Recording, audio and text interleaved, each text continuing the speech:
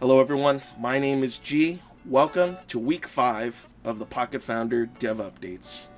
Thank you so much for following the journey of Pocket Founder for these past few weeks.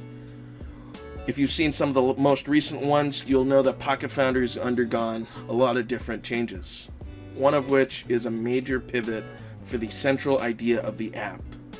Where Pocket Founder was before, serviced startup founders as a productivity tool.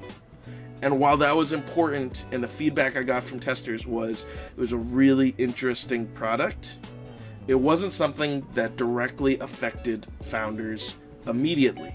It didn't serve their immediate needs.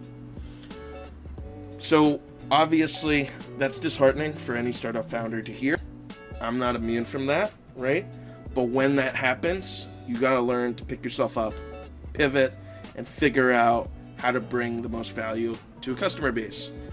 You know, it was just natural. A lot of people were just talking about how they needed assistance with their pitch decks and how they really wish that there was kind of a walkthrough process in building it, as opposed to some of the existing platforms, right? You just go into a PowerPoint or Google Slides, here's a blank canvas, go create your masterpiece. Well, you know, for a lot of people, right, when you're starting from nothing and you have the freedom to be able to do everything, right, you kind of you're kind of stuck with like choice paralysis. And so really being able to create a guided process, something that is there for you from start to finish and walk you through it, that's something that was very valuable to people.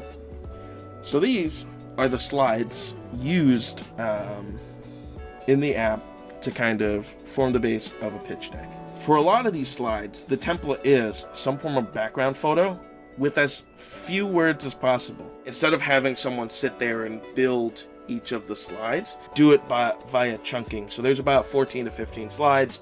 If you chunk out 1 to 2 slides, you'll finish in a week to 2 weeks. And I think that that's for especially new people coming in. You know, you're just bombarded with like, oh my god, you gotta have, you know, the title slide, the story slide, the problem slide, this, that, and the next thing, and you know, you're just staring at a really long checklist, and you're so far behind, and you haven't even started. So instead, with chunking, I'm instead gonna say, hey, let's just work on 1 or 2 slides, if you can, within the session. And you'll come back tomorrow, or the next day, we'll work on another 2 slides. And when we talk about building your pitch, let's just create your pitch from the first 2 slides.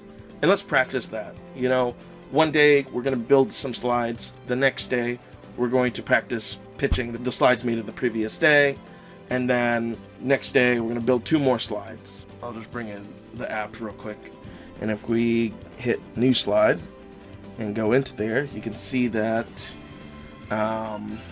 from the template, right? This is the title slide. So you have the title, the subtitle, and the image. So we have the pieces there. As you can see, we can also show that like you're tapping on something. These things get highlighted correspondingly. And so these things are quote unquote selected so that you can see it as it happens. Boop, boop, boop, boop, boop, boop, boop, boop, boop, boop, boop, boop, boop, boop. I actually created a little video game here. Quick change that I can make is that this shouldn't appear until I select something, right? And so it'll be out of the way of someone when they're viewing it.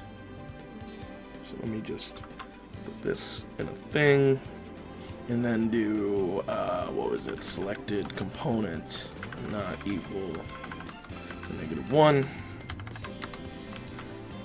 then show that up. So when I select this, then the gamepad appears. I might consider renaming it to gamepad, but also this is not a game.